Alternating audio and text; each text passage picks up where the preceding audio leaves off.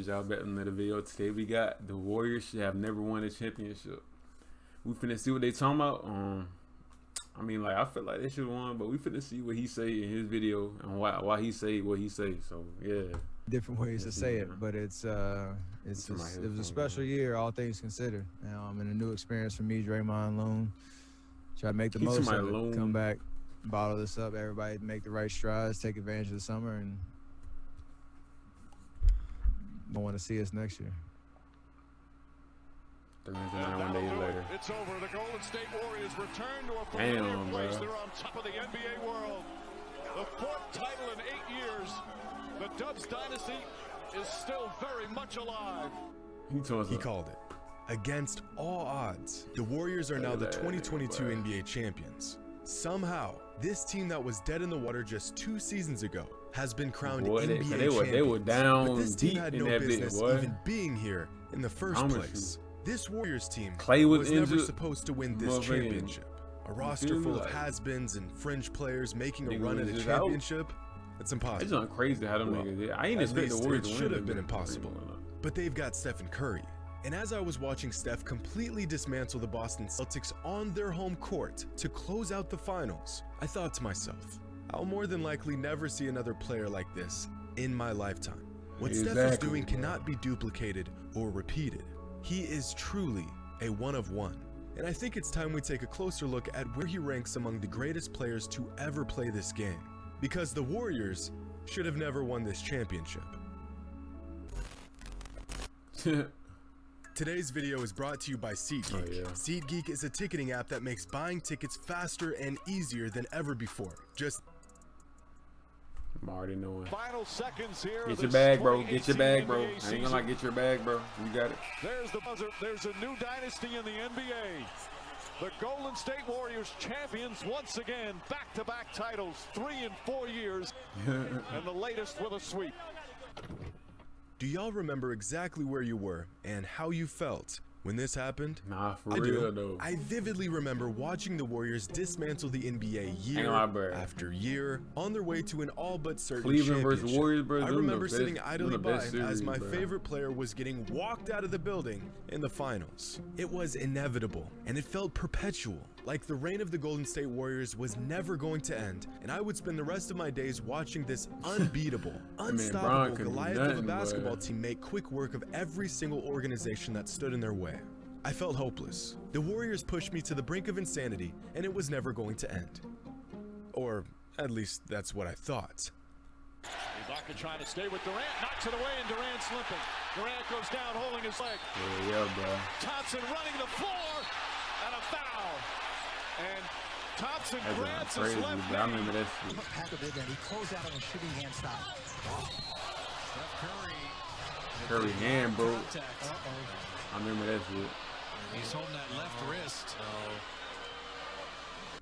And that was it. A 5-year run, cementing their spot as one of the greatest dynasties in NBA history, all came crumbling down in a matter of moments. Goliath had fallen, and for the first time in half a decade, the door was open for other teams to win it all. The Raptors won their first championship in franchise history, the Bucks won their first championship in half a century, and the Lakers were crowned champions for the first time in a decade. The dragon had been slayed, and I could now rest knowing the Golden State dynasty was behind us.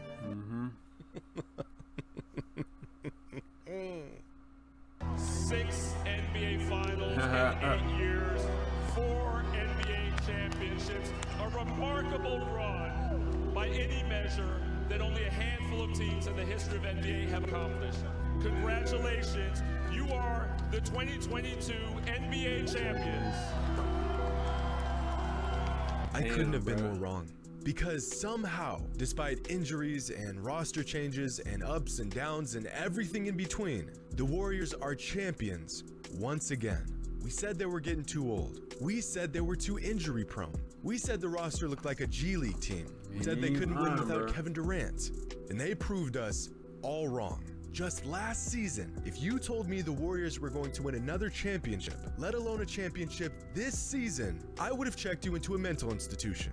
They went from one of the best teams in the history of the NBA to the worst team in the NBA to champions again in record time. Just take a moment to appreciate this roster that defied all odds and became champions. Out of the 14 players that suited up in the postseason, 6 of them had 0 playoff experience. Instead of seeking out the brightest stars around the league, the Warriors went and acquired players that fit within their system and maxed out their potential. They found value in guys like Gary Payton Jr. and Otto Porter Jr. They saw immense utility in guys like Andrew Wiggins and Jordan Poole and gave them a chance to shine on the biggest stage. Even Andre Iguodala, the oldest player in the entire NBA, played a crucial role as a mentor and a leader for the Warriors throughout the playoffs. This was a masterclass on coaching, adjustments, and players buying into their role and maximizing their impact on the game.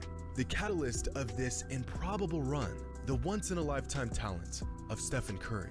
Before this year's playoffs, we were asked who had the most to prove and whose legacy would be altered the most with the championship. I thought maybe Chris Paul, Giannis, James Harden, maybe even Luka Doncic, but the answer all along was Stephen Curry. Because now that he has a long-awaited, well-deserved Finals MVP, the man has done it all. 4 championships, 2 MVPs, 8 All-NBA teams, 8 All-Star appearances, 2 scoring titles, an All-Star MVP, most three-pointers in NBA history, and a Finals MVP. One of the greatest careers the NBA has ever seen. And at 34 years old, he is still as incredible as ever.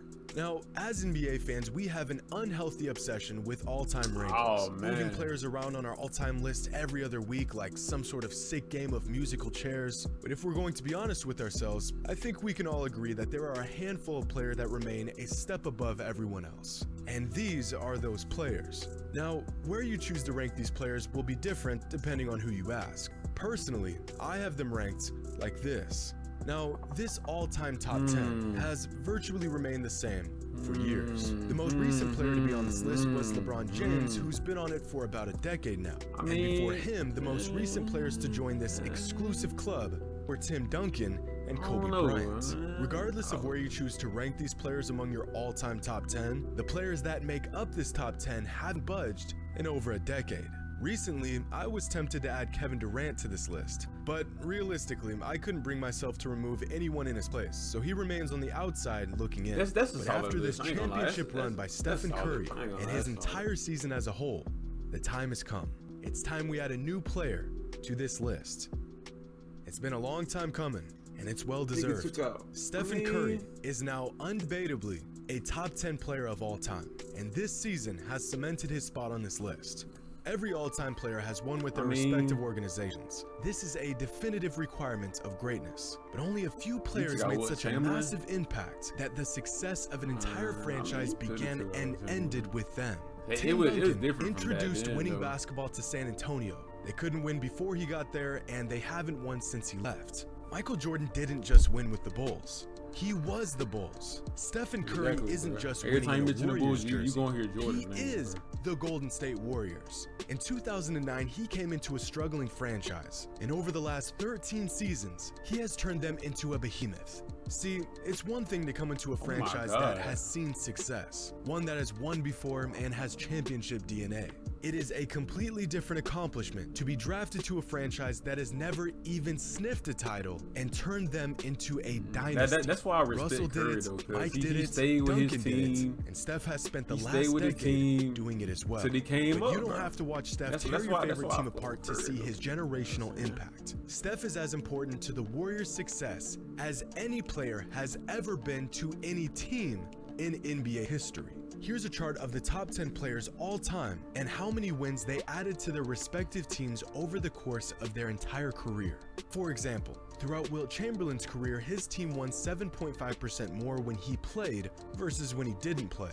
Shaq's teams won 15% more when he played versus when he was sitting out. Now, anything above 10% is incredible, and nearly all of these players are far above that threshold. When Kobe played, the Lakers won 21.5% more games than when he didn't. point. Larry Bird led to the direct result of the Celtics winning 22.8% more games.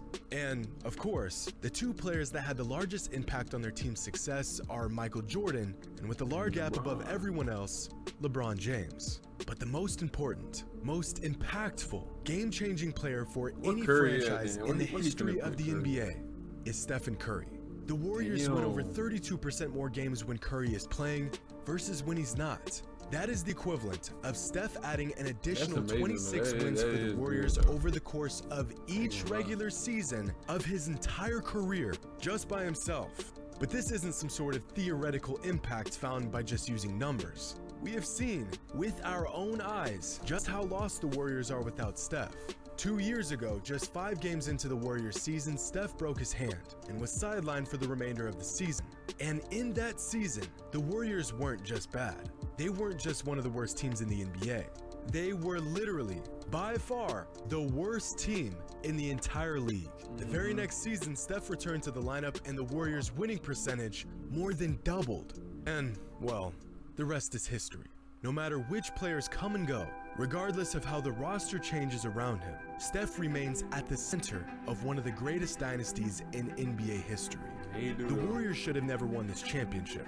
This title was not in the cards for them, a long shot at best. Just 10 years ago, it was almost unanimously agreed upon that a team could not win a championship off of three-pointers and jump shots. It was believed that you could not win a title with a point guard doing the heavy lifting for your offense. 2015 was a fluke.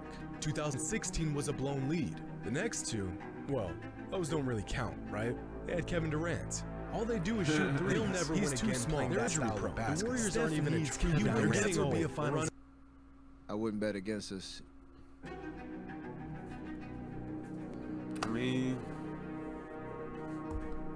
that's it. Yeah. I mean, like, he do got a point though. Curry stayed with his team. You know what I'm saying? Since 2009 all the way up to now. And he been with his team ever since he got drafted. That's why I really respect Curry, because he ain't like hop from team to team. He actually stayed with his team. He actually trying to win with his team. But yeah, bro. Do y'all think the Warriors should have won this? Or nah, bro. Y'all let me know, bro. But hopefully I like the video. And see y'all tomorrow.